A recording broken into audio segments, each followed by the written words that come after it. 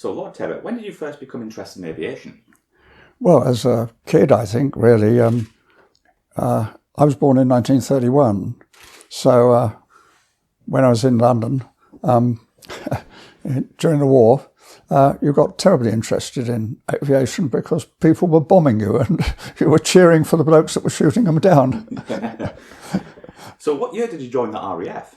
I was called up when I was 18, 1949, and the first Labour government after the war, Attlee and Bevin, had concluded that Churchill had been right, that the Soviet Union was a menace, and they did three things. They founded NATO, authorised British nuclear weapons, and decided that we should rebuild our reserves, since we almost lost the Battle of Britain by running out of pilots as opposed to aeroplanes. But for the Poles, we might well have done so. So they decided that they would train national servicemen as pilots to be released to serve in the active reserves. And I was one of the first couple of hundred blokes in that scheme.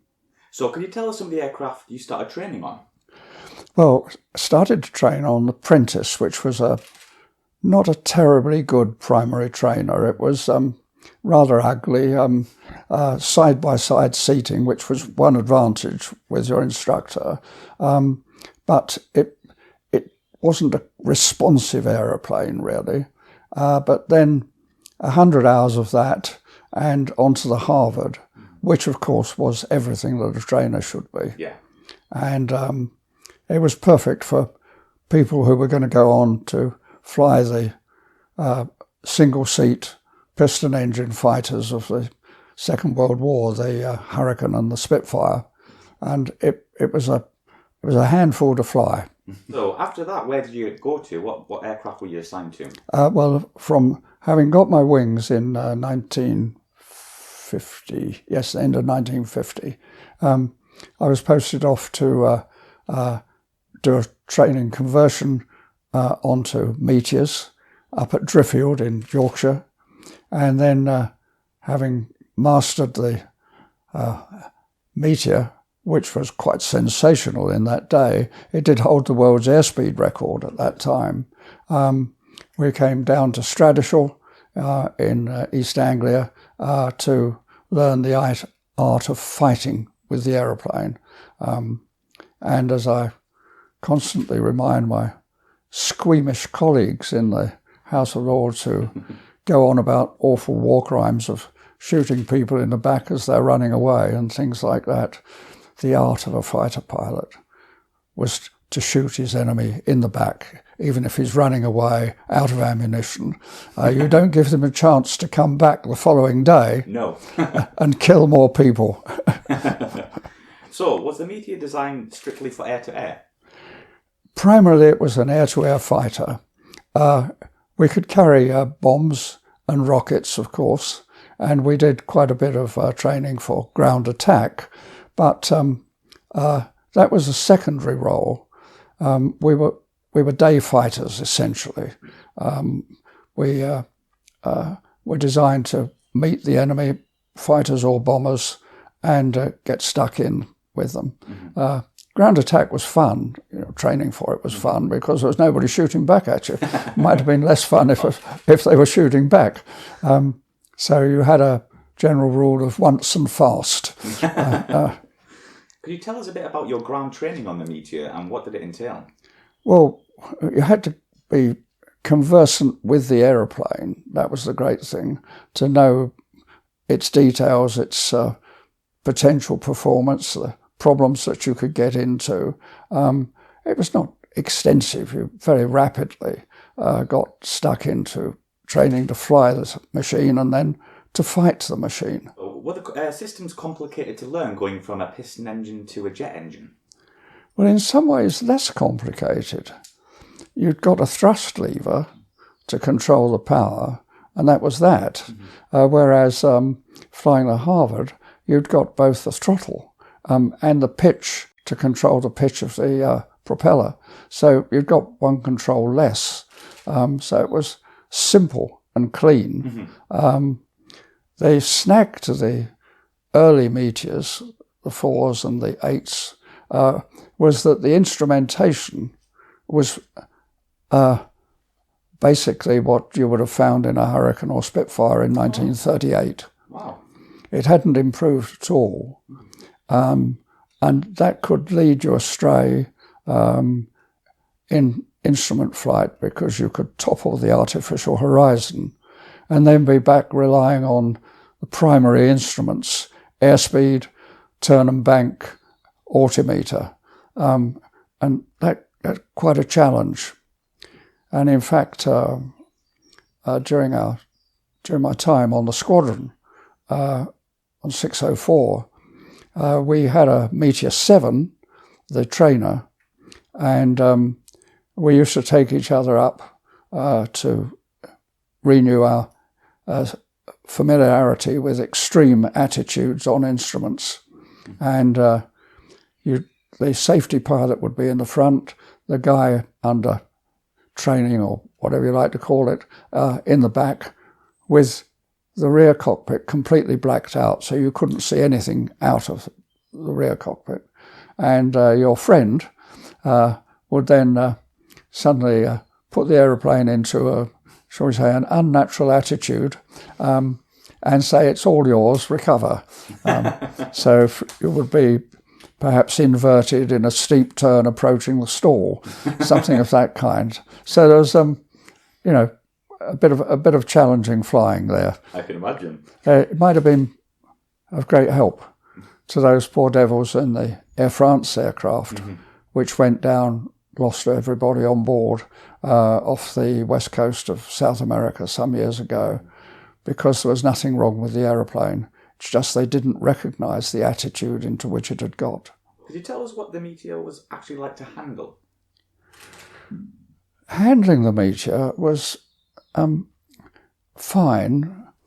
You could have problems if you were on one engine, and particularly at low speeds.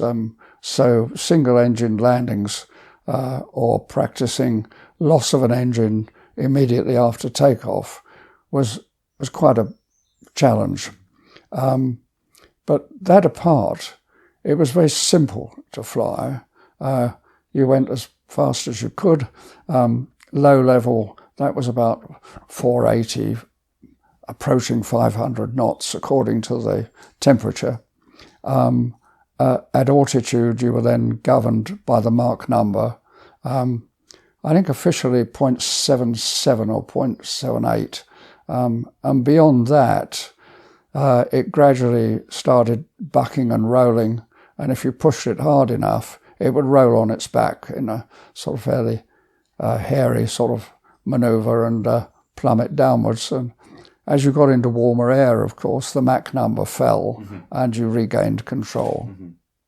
So what kind of ammunition was you carrying? Well, the primary armament was 4 20mm guns, and you had in a bay just behind you, I think it was about 600 rounds of 20mm cannon. I think there were versions, ground attack versions, which carried a heavier gun in the nose, forward of the pilot's feet, for attacking ground targets. And going back a bit, can you actually remember your first flight in a Meteor? Yes, I can. They, line up on the runway at Driffield with my instructor in the rear seat, me in the front seat, and full bore and let the brakes off down the runway. Incredible acceleration compared with a Harvard or something of that kind. And then just over 100 knots, you were beginning to raise the nose wheel, and about 115 knots you would come off, keep it down, don't climb too swiftly. 125 knots, I think it was, flaps in, and then keep holding it down until 480 knots, and then the initial climb speed was 480, and that would fall off with altitude. And it was quite a shaker to watch people going off in these things, holding down and down and down, and then suddenly up, and you're looking at virtually a plain view of the aeroplane as it was going up. Yeah. And it's all pretty calm stuff compared with a Jaguar or something of that kind, or even more the sort of aeroplanes which we're buying now. But then I think a Meteor was said in money of the day to cost about £30,000. Really?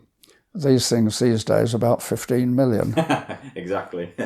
So, how many aircraft did you have on your first operational squadron? The squadron was nominally 12 aircraft, and plus a training, a 7. So you would normally have 10 aircraft serviceable for a scramble, and that would give a decent flight of aircraft, and you would take off in pairs. So number 2 was tucked right into number 1. Sort of rather an unfamiliar sight these days on the runway. So what kind of flying would you conduct on a day-to-day basis? Well, a lot of it would be practice interceptions, things of that kind. And sometimes big formations, sometimes just pairs. What was particular fun was what was called rat and terrier exercises. And the terriers were guys coming in across the North Sea at very low level to stay below the radar. The radar didn't have the capacity in those days that it does now, and they wouldn't be seen until they crossed the coast by Royal Observer Corps blokes. And then the ROC people, or radar if they'd got any sign of the rat, would be broadcasting reports of where the rats were running.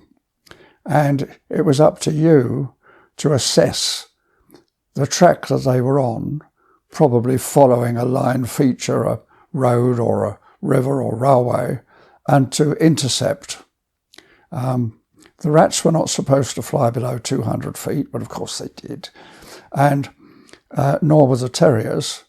But of course we had to, in order to see the rat against the background of the sky, which was easier than against the background of the ground. And I was reminded a little while ago of a memorable rat and terrier exercise which a colleague and I performed, which took us straight across the centre of London at 200 feet, with a sudden cry of, "Christ, Buckingham Palace," and a very sharp turn. But all those things were accepted because memories of what we had to do during the Second World War were very close. And we also had big exercise every year, the defence of Great Britain, and the Americans came in flying super fortresses. The Russians had replicas of the super forts, and they would come in across the North Sea, 30-odd thousand feet, perhaps 200-300 or more aircraft, and we would be vectored out towards them, hoping we were same level, approaching them. So the closing speed was well over 1,000 miles an hour, and it wasn't too bad if they were leaving contrails, but if not, your eyes were out on stalks looking for them. And the first wing to attack, first Meteor wing to attack, and a wing would generally be 3 squadrons, so 30-odd aeroplanes would be spread out into line abreast, would be to attack head-on. Every shell that hit would go the length of the enemy. He would have less guns to bear on you, so you went straight that head-on and either under or over at the last moment, according to one's preference. that could be a bit fine sometimes, and the Americans did object a bit sometimes about it. One wonderful Polish pilot actually lost the pitot head of his aircraft as he went through the propeller arc of the Superfort. Things like that were taken as part of the hazards of the game. Again, still the atmosphere of the Second World War. So restrictions were a bit more lax back then, I suppose. Well, not so much lax, but you had to do what you had to do. Yeah. And of course, as you went through that formation, there were aeroplanes everywhere, and a few seconds later you'd be looking around, where the hell's everybody gone? The second wing to approach would normally, if they could, get above the formation of superfortresses, and as they came over the top, roll onto their back, pull through, and go down vertically through the formation, again to give the gunners least chance of hitting back. All quite exciting. So what marks of Meteor were available at that time?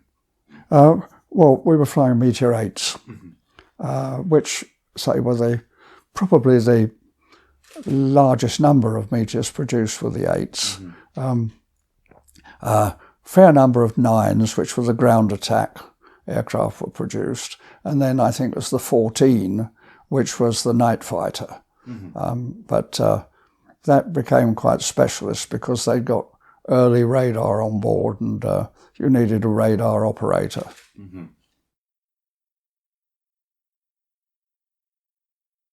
And you also had a pretty exciting mid-air collision, didn't you? Could you talk us through this?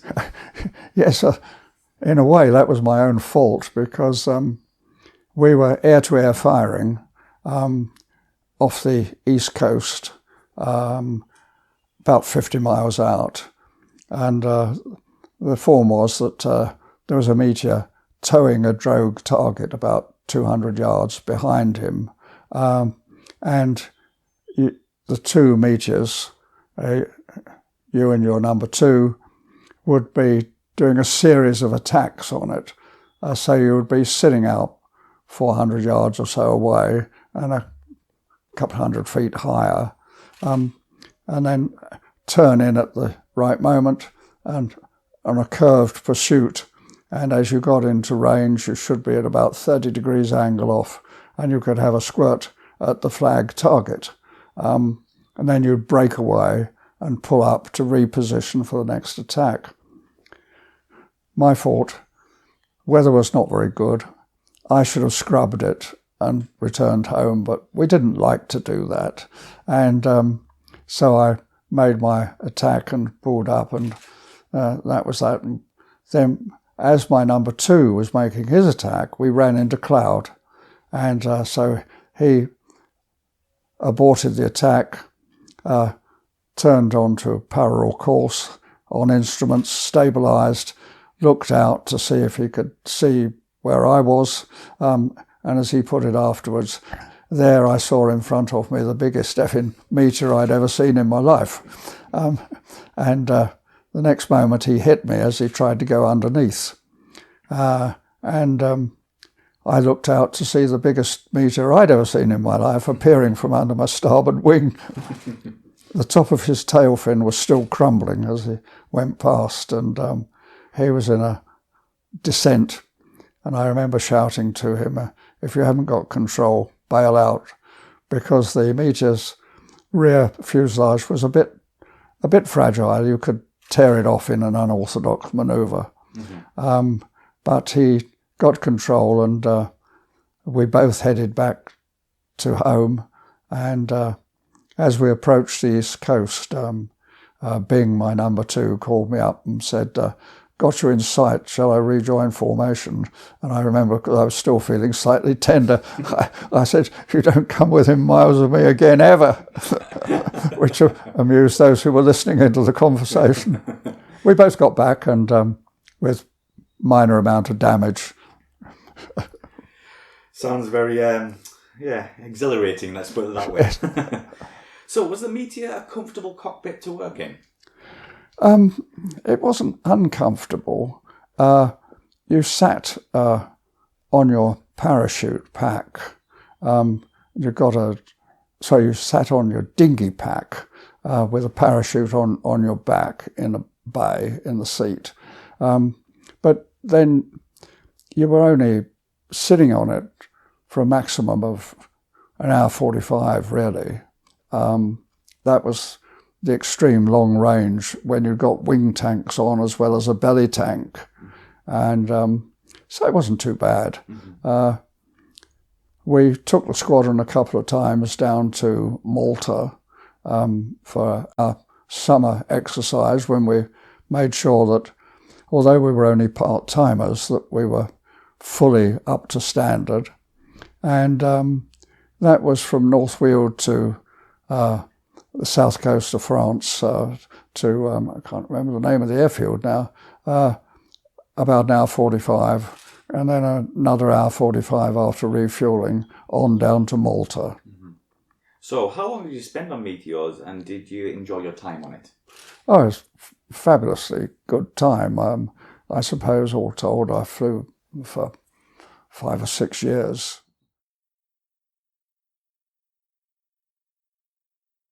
Well, when I had completed my training in the Royal Air Force and was ready to join a squadron, I joined after a brief interval in the VR flying Chipmunks, which was terribly boring after Meteors.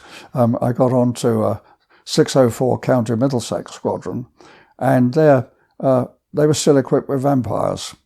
And so I didn't fly many hours on them before the squadron was re-equipped with the Meteor. And Vampire was a nice aeroplane to fly, a fun aeroplane to fly, but was very much underpowered. So it was not up to meeting with the sort of aircraft which either the Russians or the Americans were flying at that time. The Vampire was in a number of guises. It came as a night fighter. It came after my day as a two-seat trainer. There was a side-by-side version of it. But it was really an air-to-air fighter, and it relied on its manoeuvrability for that, because it hadn't got the speed or the acceleration which the more modern aircraft, the Sabre coming into service in the United States, for example. So how did the Vampire fare in a dogfight, let's say, against the Meteor? Well, in the dogfight, the Vampire had only got one ultimate weapon, which was if you'd got somebody behind you intent on mischief, you pulled it harder and harder into a steep turn, and there was a moment when the Vampire would flick very suddenly and sharply. No other aircraft could follow that. So with a bit of luck, your enemy would lose sight of you and you would dart away. So how long did you fly Vampires for? Only a few months. I think I got less than 50 hours on Vampires in my logbook.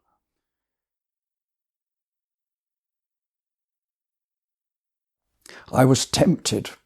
One of my chums with whom I'd trained had joined BOAC, and it was rather more money than I was earning working in London. And I thought about it, and it sounded more fun, and so I followed his example and joined BOAC, where, of course, being a nationalised industry, they did everything in a rather complicated manner.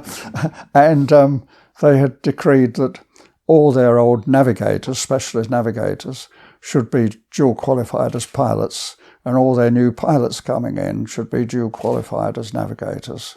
So I started off doing a navigator's course, which was an intellectual challenge. I'm not sure how many kids leaving school now at 16 would have been able to cope with it. I very much doubt it these days. Spherical trig, theory of navigation, with a set of log tables. Log tables? What's a log table? So that was pretty interesting. Can you tell us some of the aircraft you flew with then? Well, in BOAC, first of all, the York as a navigator. And by then, the York in BOAC was restricted to being a freighter. And it was very good as a freighter, particularly through areas where they hadn't got complex handling equipment because of the very low level of the floor. You could manhandle with a lot of local labour quite heavy things into the aircraft. So we were flying mostly African and Far Eastern routes with that. The snag to it was that the Merlin which it had 4 Merlins. The Merlin was designed as a fighter aircraft engine and in temperate climates, liquid cooled. So if you were flying a York in the Far East in hot climates, slowly, you did have quite a problem with overheating engines and quite a lot of engine failures. It was not unusual to finish up on 3 engines and on memorable occasions 2 engines. I had some interesting experiences on it though. One was coming across the Sahara from West Africa up to Tripoli, North Africa, on our way home, and in the middle of the night, because we flew overnight to take advantage of Astro, as the Sahara is pretty featureless and the topographical maps were pretty poor. In the middle of the night there was a sort of thump, and everybody looked at each other, what was that? And we switched on the wing floodlights, and I got up in the Astrodome and looked out, couldn't see anything. And then one of the engines started to overheat. And when we arrived at Tripoli, we called up ahead to say that we'd got a problem of overheating on one of the engines. And the ground engineers got straight up to it and came up to the flight deck bearing a duck, or the remains of a duck, which had been flying its way across the Sahara and unfortunately had met up with us. Until then, everybody had assumed that these ducks on their migratory flights would go round the west coast. But we sent the feathers on to Slimbridge, to the research station there, where they realised for the first time that that's what ducks do. Wow, so a bit of a scientific discovery. Yes. I'll come back to another moment. Well, I'll say now to it one day about biological discoveries on aircraft. We were flying a 707 up from somewhere down at the in Saudi somewhere, I think it was, and we were coming up to the no, it couldn't have been Saudi. We're coming up anyway to the Abyssinian highlands, and there were very, very strong northerly winds, and we were heading north, and the skipper and I were sitting there quietly in the sunshine, drifting our way along, and suddenly we found ourselves looking at each other, and Mike, the skipper, said to me, "Lord, did you see anything?" So I said, "Yes, I did." He said, "What did you think you saw?" So I said, "Well, what about you?" He said, "Well, how about a skein of geese?"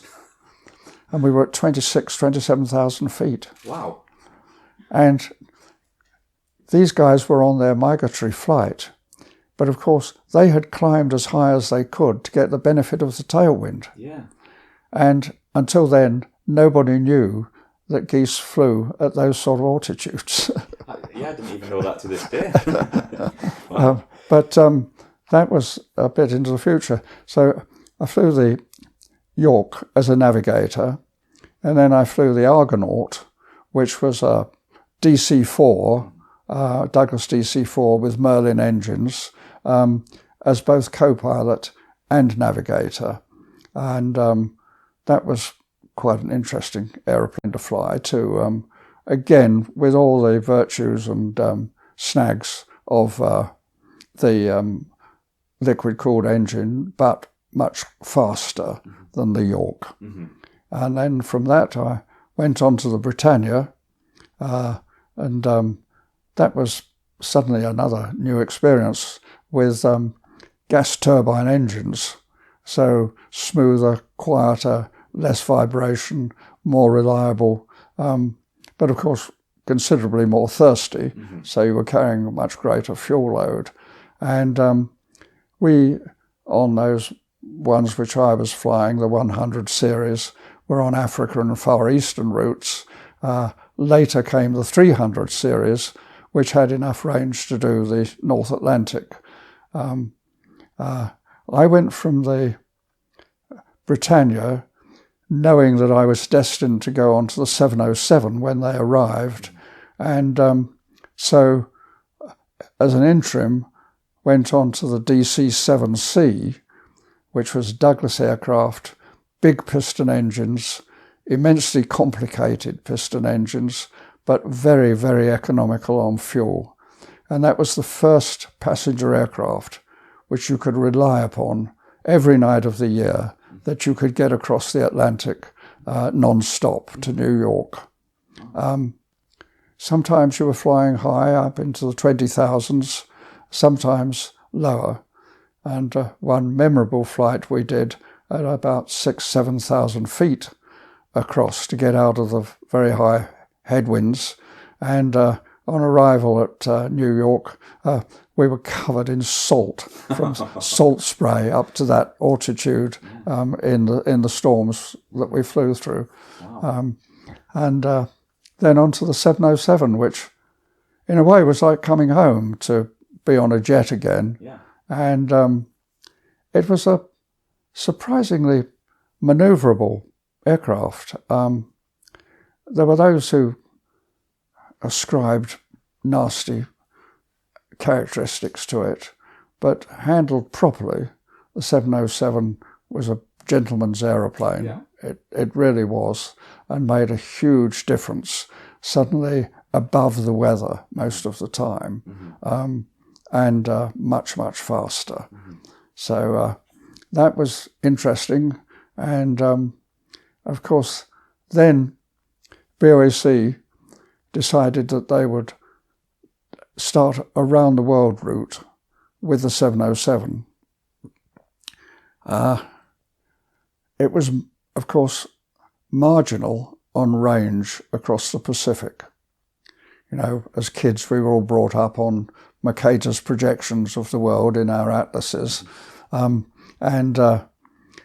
you looked at the pages for Europe and America, and there was this big ocean in between, and then you looked over the page, and really the way it was done, the Pacific didn't look very big, but it's a very, very big ocean, and there's not much in it apart from water. And so the route was from San Francisco to Honolulu in Hawaii, and then from there to Tokyo. Wow. And it's a long way. There's only one possible diversion, and that's a long way off track, Wake Island. We did go into Wake Island once, and the runway in at Wake Island is longer than the island. It sticks out both sides. And the winds, very strong, very poorly forecast. There's only one weather ship, and of course no satellites. Nope. Between Hawaii and Tokyo. I think the shortest trip I did southbound was about 6.5 hours. The longest trip northbound, about 10 hours. Wow. And if you were in cloud for any long period and unable to do astro, of course you were liable to get surprises when you finally got an astro fix. Yeah.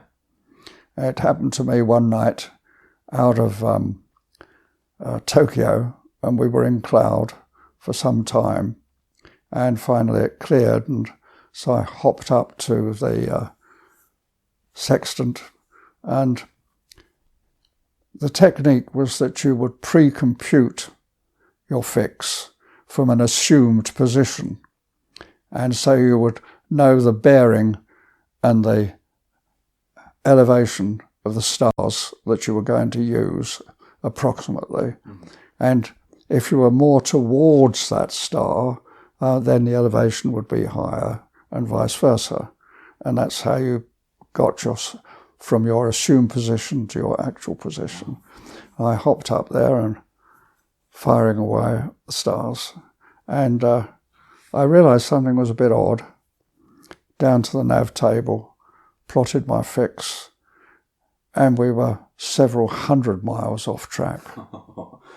Well, there could be an explanation for that, of course. I could have made a mistake in the calculation. I could have looked at the wrong date in the air almanac. I could have misidentified the stars. So I sat and thought for a moment, decided that I'd better play it safe, and said to the skipper, 40 degrees starboard, skipper. And he said, what the hell's that for? You know, because there we were in the middle of the Pacific. 40 degrees is a pretty big course change. And I said, because if that fix was right, and we don't, we're going to miss Hawaii. And rapidly, as I could, calculated another fix up to the sextant, and I'd been right. Wow. It's a great relief that I was right. So it was a very challenging and interesting place.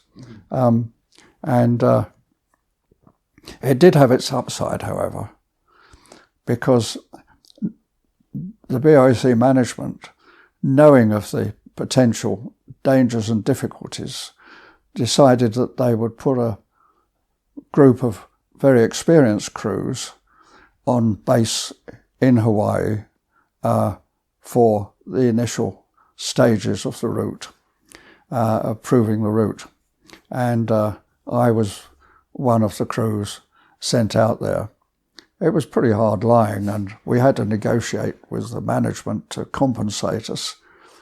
So we took our families, and it was November, so it was rather nice to be away from an English winter. And I had a toddler and a newborn babe, and they spent their early years on the beach at Honolulu. What a start to life. Very, very nice indeed. So, was the 707 a reliable aircraft? 707 was exceptionally reliable. Of course, there was not much on it to go wrong. There was not a single computer on the aeroplane. We hadn't got those in those days. We could have done with them, but so it was all down to the navigator. How many years did you spend on BOAC, and did you have a favourite aircraft?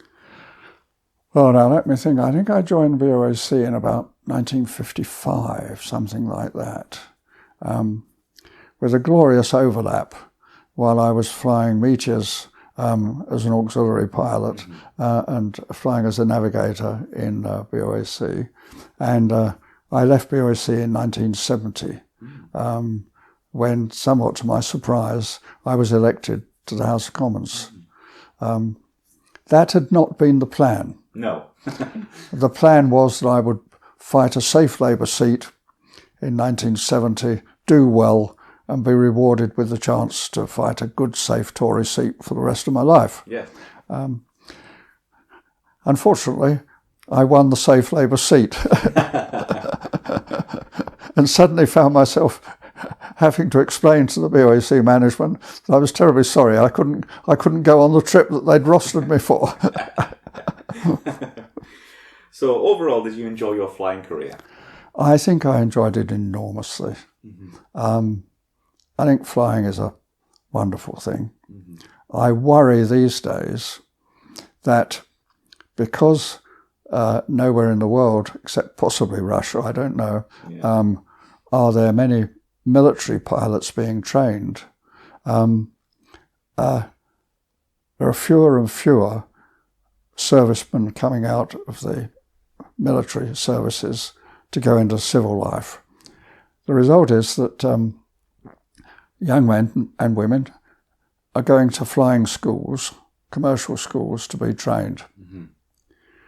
Training in the Royal Air Force was a matter of weeding out those who were marginal, only letting through the guys who could really do it. Training in a commercial flying school is getting through everybody because they're paying you money to do so. Mm-hmm. And so I think we're getting less experienced, less well-trained pilots into the seat. Mm-hmm. And I suppose the most tragic example of that was the German Wings airline, where the co-pilot was obviously psychologically unsuitable, mm-hmm. and deliberately crashed the aeroplane into the Alps. Mm-hmm.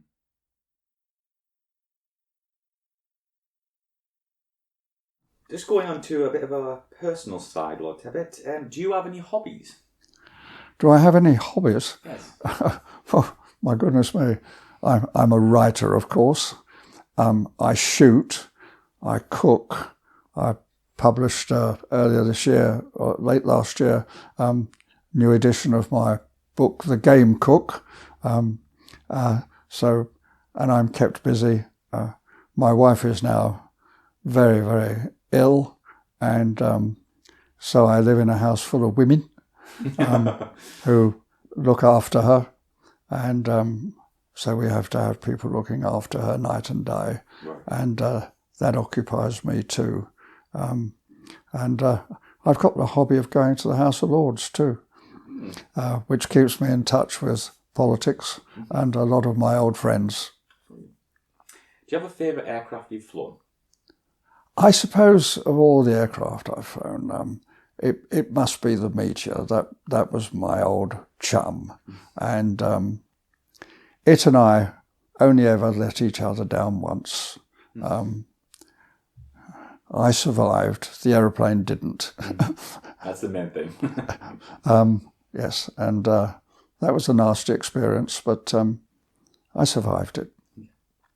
Is there an aircraft you wish you could have flown past or present? Oh, I would love to have had a go at the Concorde. I think that would have been terrific, but I was denied that. I did have one flight in a Harrier.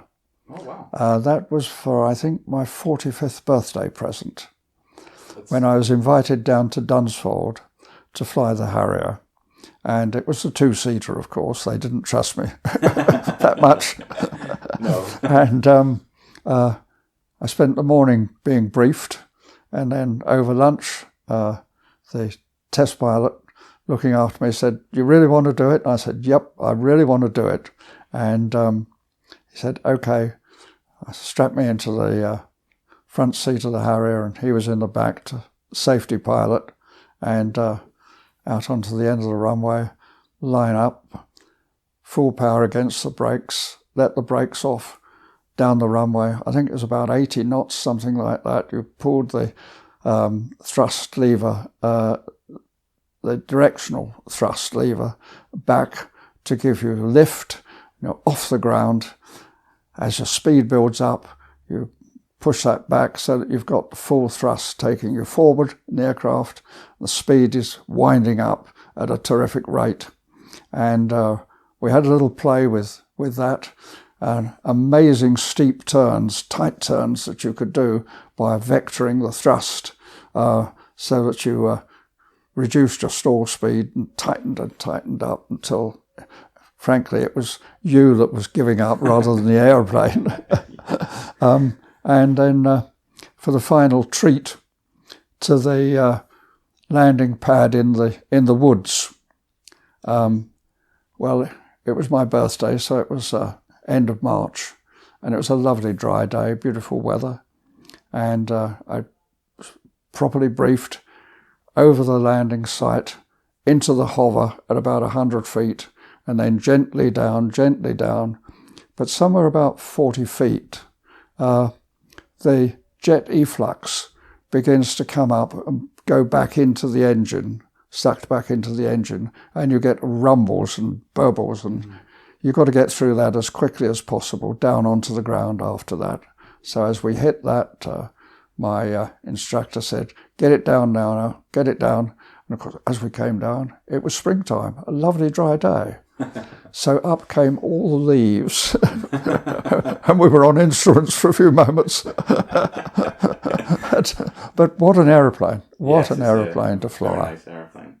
Well, Lord Tebbit, it sounds like you've had a brilliant career, so I just want to thank you very much for being on the show. Thank you very much indeed.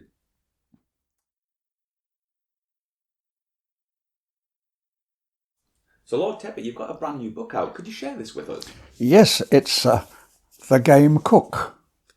It's actually the second edition, enlarged and new recipes and things of that kind. And it sets out to help people understand game cooking and to appreciate it and follow the recipes. It all arose because some years ago, my butcher, not my present butcher, but some years ago,